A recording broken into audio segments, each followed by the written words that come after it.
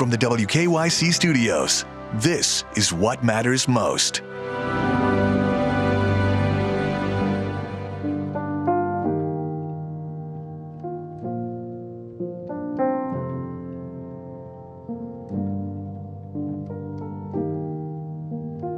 Good evening. Thank you so much for joining us tonight. I'm Lena Lai. Our nation mourns this evening, remembering the terrorist attacks of September 11th, 20 years ago today. Nearly 3,000 people died in those attacks in New York, Washington, D.C., and Pennsylvania. NBC's Jay Gray reports from Ground Zero. Bagpipes echo across lower Manhattan, a call to honor a promise made 2 decades earlier. Marie Rose Abad. Bells and trumpets sound.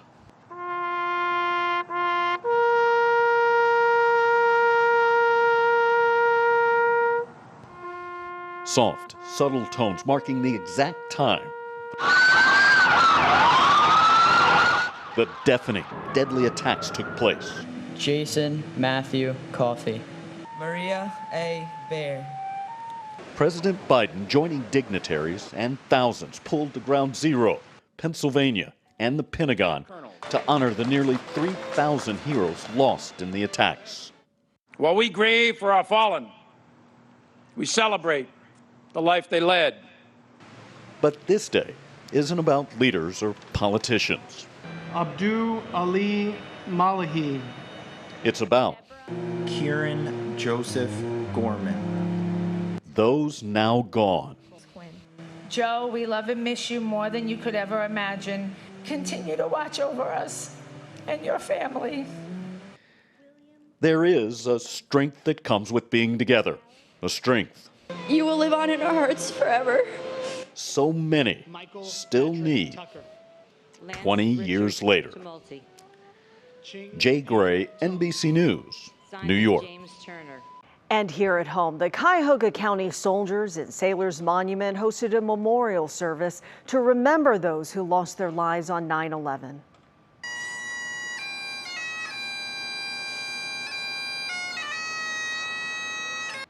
Community, civic, and religious leaders gathered to share their memories of that day. They also presented wreaths representing the sacrifices made by military service members. The service concluded with the national anthem, the Pledge of Allegiance, and the playing of taps.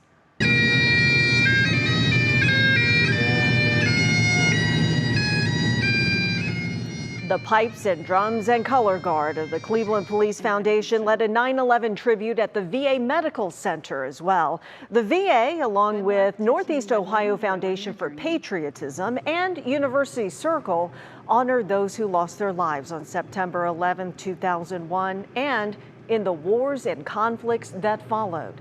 Meanwhile, in Akron, a memorial stair climb to honor those who answered the call for help on 9/11.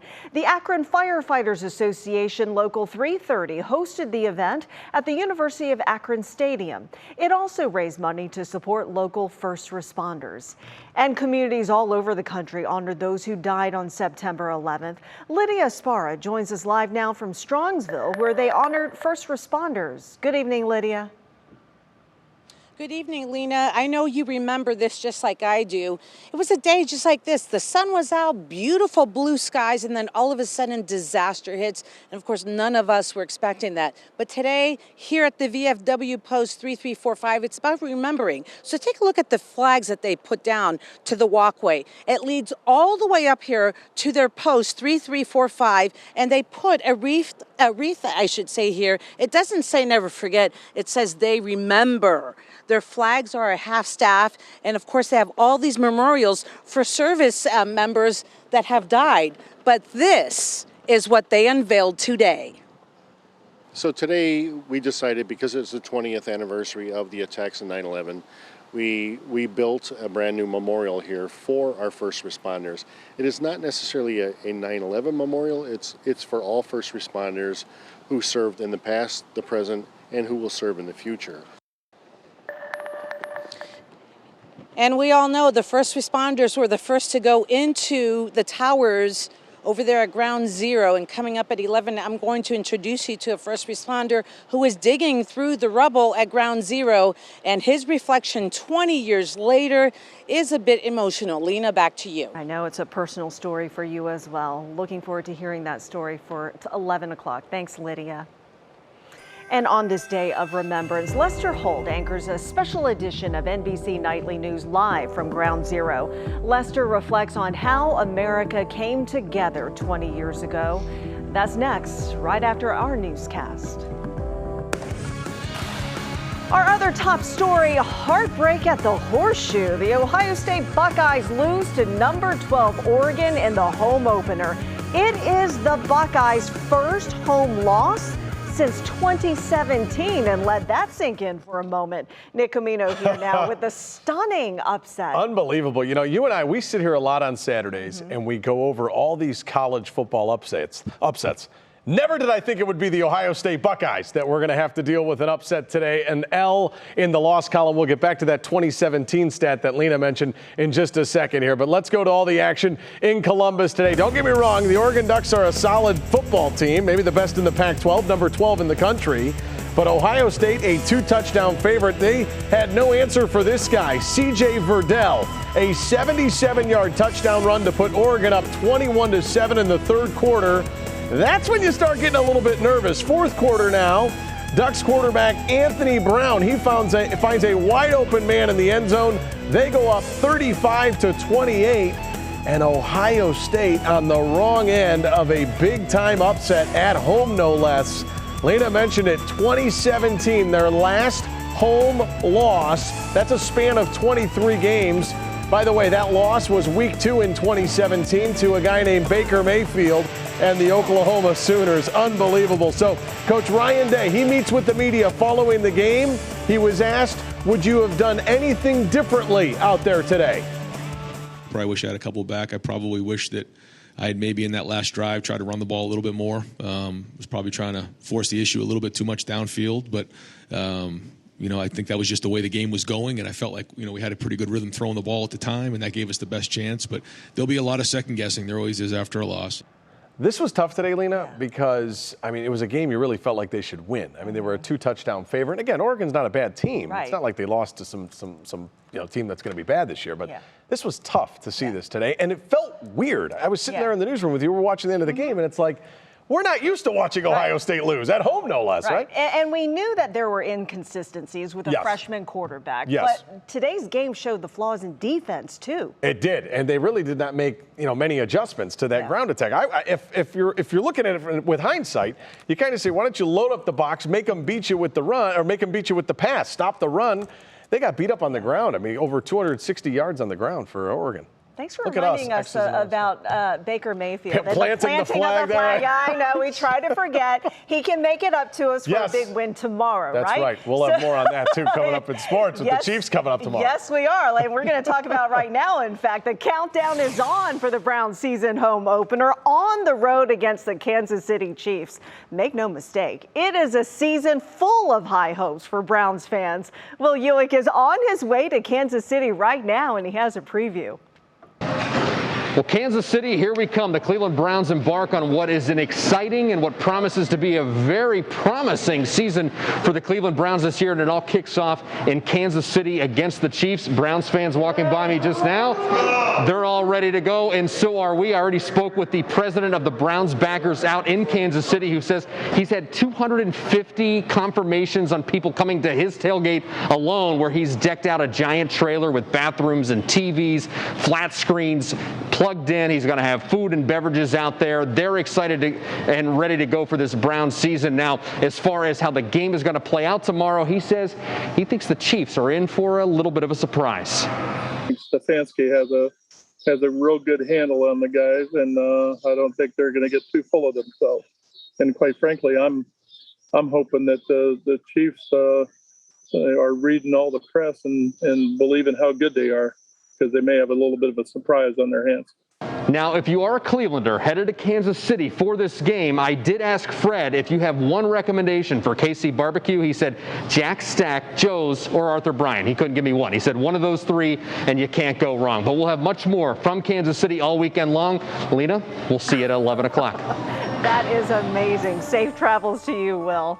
And coming up, Power of the Pedal. Thousands in downtown Cleveland bike to cure cancer. An update on Velosano 8. But first, let's check in with Matt Wentz, keeping an eye on the forecast. Hey, Matt. Well, hi there, Lena. Hi, everybody. A beautiful Saturday afternoon shaping up across Northeast Ohio. It is a little bit breezy because we've got a high and a low pressure that are battling it out. Eventually, we'll bring rain chances into the forecast and a couple hot days this week. We'll take you through what the rest of your weekend and the work week ahead looks like coming up. What Matters Most is sponsored by the Calvetta Brothers Floor Show. It's time to fall in love again with your home. The Velosano Bike to Cure drew thousands of cyclists and volunteers to downtown Cleveland for a great cause. 100% of the money raised goes toward life-saving cancer research at the Cleveland Clinic. The ride first started in 2014, and so far it has raised more than $24 million. Today, 4 different bike rides took place: a 10-mile one, a 25-mile ride, a 50-mile ride, and a 100-mile ride. Velosano 8 has raised $3.7 million so far. You can still donate. Just head to WKYC.com.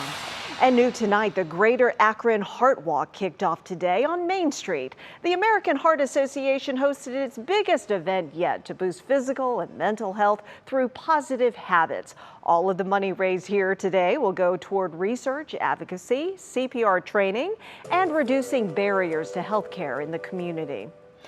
New tonight, divers in Florida spent the day remembering the events of September 11th in a pretty unique way. Take a look.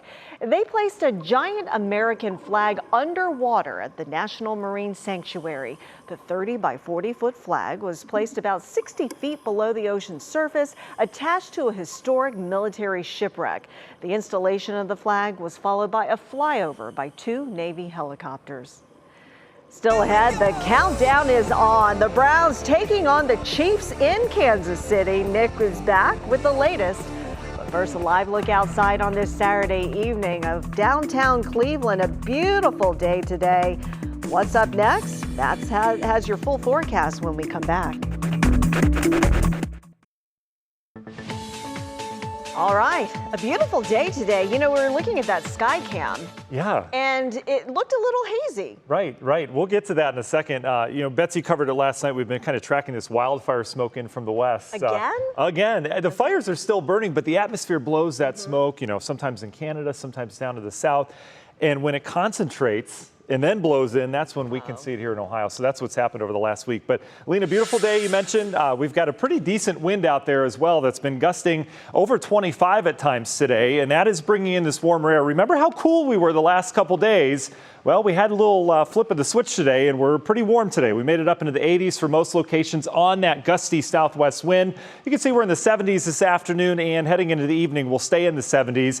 Dew points, that measures how much humidity is in the air. These aren't that bad, so it's a pretty comfortable 80 that we hit today. And the wind is helping keep things cool as well. You can see some of these sustained numbers up near 20.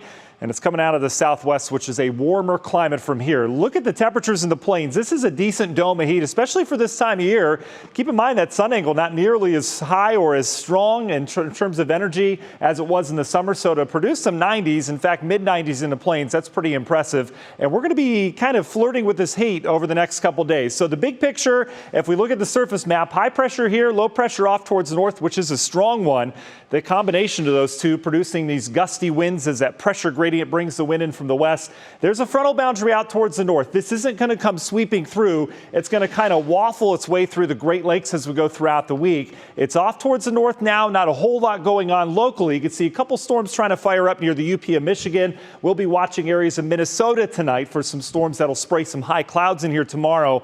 But all in all, this thing's going to stay just off towards our north, and I mean just like lakeshore north over the next couple days. I mentioned the atmospheric smoke. Look at this plume of smoke that's coming in. This is from fires off towards the west that kind of collected along the front, just now making it in northeast Ohio. If we take a live look now at the CSU cam, you could see that haze coming in. It wasn't like this earlier. We had clear blue skies. You can see how now we're starting to get that milky white look to the atmosphere as this smoke comes in from the west. We're going to be dealing with this over the next couple days. In fact, today, tomorrow, then on into Tuesday, the smoke will be around.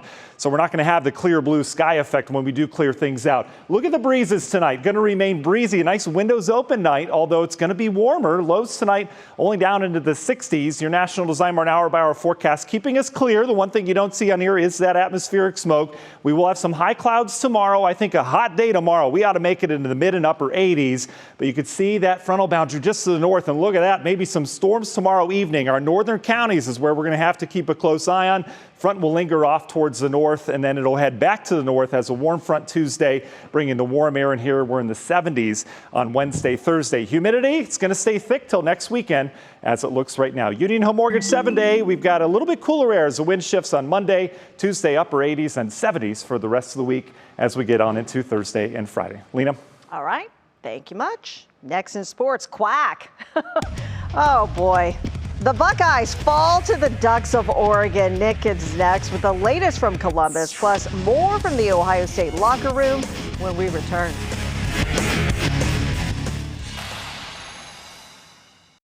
The Sports Report is sponsored by the people-pleasing people at Sarah Auto Park in Akron.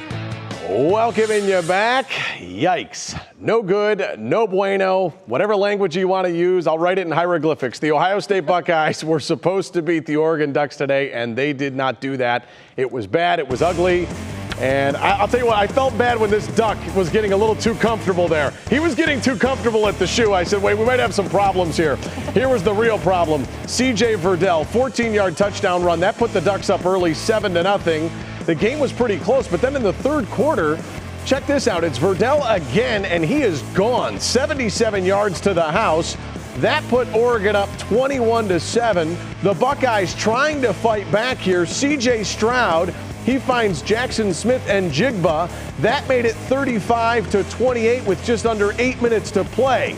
Last chance for the Buckeyes. They've got the ball. They're down by a touchdown. But C.J. Stroud just really struggled again today, I thought. I know he threw 4 touchdowns last week, but just a little bit choppy. He talked with the media after the loss. Practice has to be better.